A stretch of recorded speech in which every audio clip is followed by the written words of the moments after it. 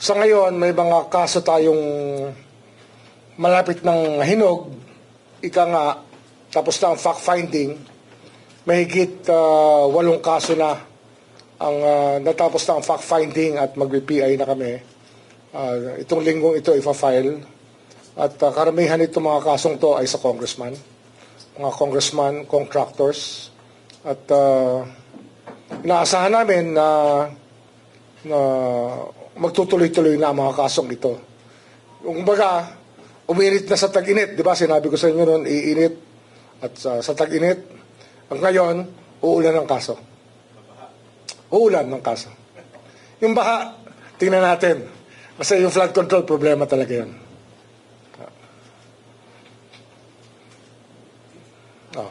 Tanong? Yung complaints sa 8 po ninyo, mga flood control related naman to against Congress? Karamihan, flood control, tsaka conflict of interest. Sako pareho yan. Kasi bawal nga maging contractor bawal yan Kaya lang, hindi ito pinansin ng napakatagal na panahon. Ngunit alam naman natin, isa yan sa mga dahilan kung bakit nagkakagulo-gulo tayo sa larangan ito para nawala na yung dividing line between decent and indecent behavior. Tuloy ko lang. Sir, when you say ifa-file na, for preliminary investigation. Okay. Hinog na ang fact-finding at preliminary investigation na. Of course, may mga ibang kaso pa na yan, nahihinog-hinog na dyan din papunta sa PI din. mamaya namin puntahan yan, sir. Pero let's stay muna dun sa 8. Mga kong lang to, sir. 8 or more than 8 yan. Puro congressman yan. Can you just, maybe if you cannot give the names, paano po yung involvement nila, as in medyo broad strokes of their involvement? Yung isa rito kasi, yung contractor, yung sinasabi natin na conflict of interest. Kung ikaw congressman ka. Kung ikaw contractor ka. Magkahiwalay na trabaho yan. Pag pinag-isa mo yung trabahong yan, kasalanan yan sa taong bayan. Very simple yan. Conflict of interest yan. Section 3E ba yan? 3E ng Anti-Graft and Corrupt Practices Act. Tsaka H, 3H.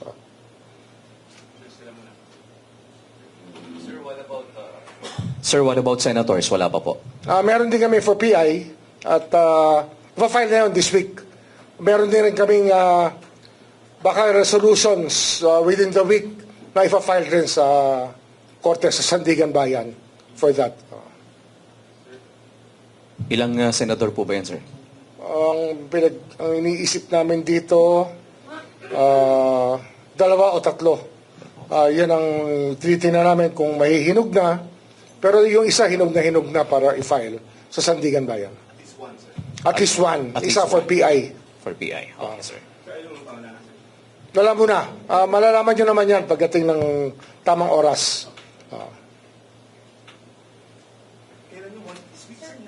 This week yan. Ang pinag-uusapan natin itong linggong to.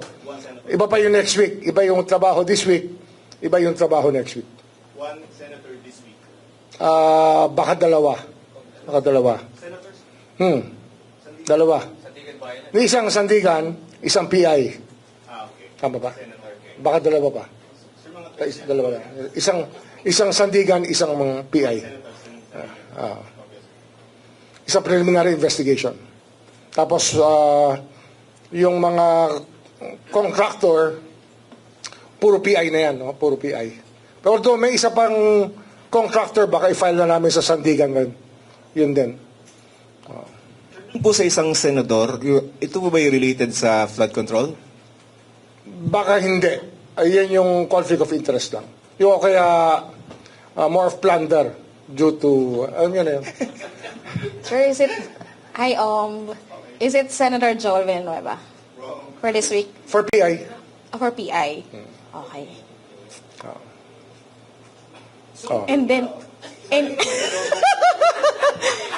any clue doon sa yung senator for this week? Any clue kung sino? Si Senator Marcoleta. Definitely, for resolution na. We're about to file it already. This week yung kay Marcoleta? Yeah.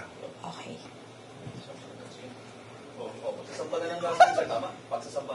Pagsasampa niya ng kaso na, sa Sandigan na yan. Ha? Plunder. Kasama po dito yung mga correspondents niya, sila defensor, yung mga na-implicate po natin. Kasama yan, kasama sila. I don't know kung same forum yan, no? Same forum. Same jurisdiction. Sir, yung status kay Joel? Yun nga, for PI For na. Reso. For PI na. For PI. PI na yan. Yeah, so, tuloy-tuloy, kahit na kasi we were abroad, tuloy-tuloy yung correspondence namin sa mga nangyayari dito. Kaya, yeah, we just came here to announce that work is ongoing and we will do it. Sir, yung kay Escudero? Malapit na. Malapit na. Isa yan sa inaayos namin, nakasabay na ibang kasong plunder na aming pa-file within the next few days, within the next few weeks. Maybe it will take 2 to 3 weeks more for us to file cases in the courts and for preliminary investigation. PI na, naka-PI na yun, di ba?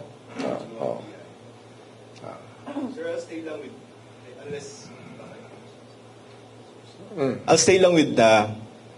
At tapos ano pala, we already have a signed agreement for the cooperation of former Secretary Manuel Bunoan to be a state witness, to be a cooperating witness.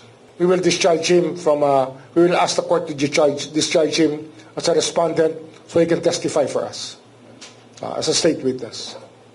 Sir, elaboration, why? Kasi bukas, sir, may arraignment yata siya sa 5th. Yes, pero meron na kaming standing agreement. We filed already a motion to discharge him as an accused so that he can be a witness for the prosecution. Sir, elaboration lang ng why we need him as a state witness. The knowledge that he has about the whole institution is something very important to us to be able to prove many cases. There are other people who will be we will be benefiting from his testimony with regards to so many of the cases that we are filing. Okay? Sir, konti pa. Sir, pasagutin na natin ikaw. Kasi yung mga nagsasabi, una muna, binabawasan nyo yung mga minority senators sa Senate para pagdating ng, Hindi. Wala yan. We didn't even ask this to happen.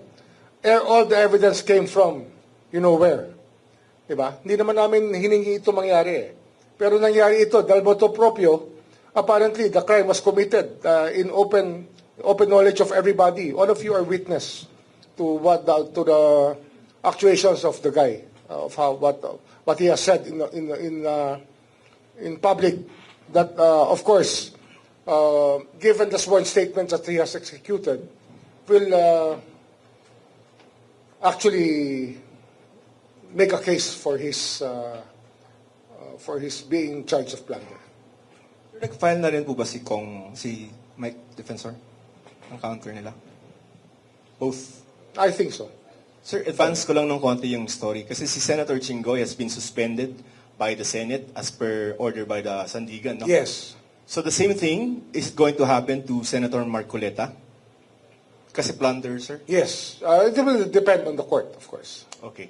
And then if and when the Sandigan Bayan suspends him, can he still participate? Question whether senator facing a plunder non-bailable case at the Sandigan Bayan, can they still participate in Senate proceedings? In accordance with the plunder law, they cannot anymore. Exactly. Sir, update lang dun sa case conference natin, dun sa mga ex-Marines. Kasi di ba pinatawag natin sila dito? Yes. Is it for case filing na po ba yung mga... We are evaluating some of the affidavits that they have executed individually and we'll be filing these cases soon. Sir, related pa po sa mga Marines? Kasi I think for 4 to 6 statements might be useful to us. Sir, related din po sa mga Marines. Kasi po si Attorney Baligo, they're facing cyber libel cases nga po sa DOJ. And meron po siyang statement last time na sinasabi niya na i-dismiss na nga raw po ng DOJ itong mga cases kasi daw parang may conflict of interest kasi ginagamit na rin yung statements daw nila affidavit dito sa ombudsman. And according to Attorney Baligod, kapag daw ginamit na ng ombudsman ito, ibig sabihin daw may katotohanan yung mga statements. What happens in the DOJ stays with the DOJ. We have nothing to do with what the DOJ rules upon.